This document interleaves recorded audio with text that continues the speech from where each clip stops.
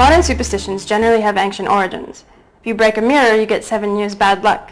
If a black cat crosses your path, it's generally a bad omen. A lot of times superstitions have been around for centuries without anybody knowing how or when they originated. We've dug into the past looking for the origins of the most notorious of superstitions, Friday the 13th. A Friday occurring on the 13th day of any month is considered to be a day of bad luck in English, German, and Portuguese-speaking cultures, as well as others around the globe. Similar superstitions exist in many traditions. In Greece and Spain, for example, Tuesday the 13th takes the role. The fear of Friday the 13th is called paraskevadekatriaphobia. These are Greek words meaning Friday, 13, and phobia, respectively. There's no reliable evidence that Friday the 13th was considered to be an especially bad day before the late 19th century, though both Friday and the number 13 had separate negative connotations. Because of this, attempts to explain the superstition through historical fact can sometimes be speculative.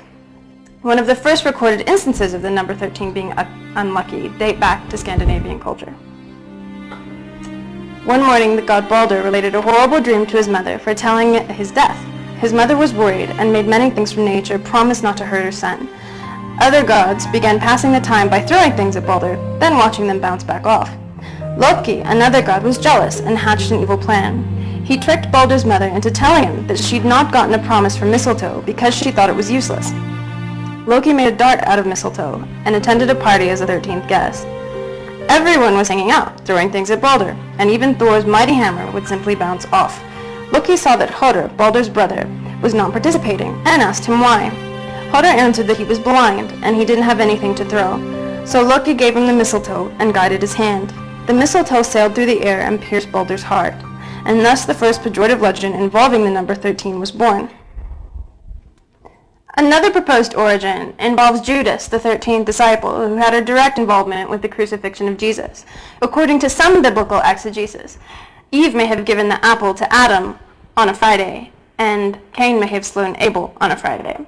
Some historians claim that the superstition derives from the massacre of the Knights Templar on Friday, October 13, 1307. King Philip IV of France ordered the destruction of the Templars after having claimed that they were engaged in heretical practices.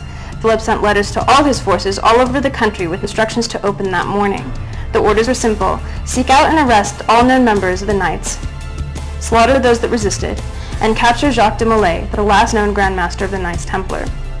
There's no evidence to directly link the superstition to any specific events or to suggest that there's any continuity from the Middle Ages to the present day. So for many, this fear will remain a simple superstition, and for some, just another ending to the week. Thanks for listening. Good night.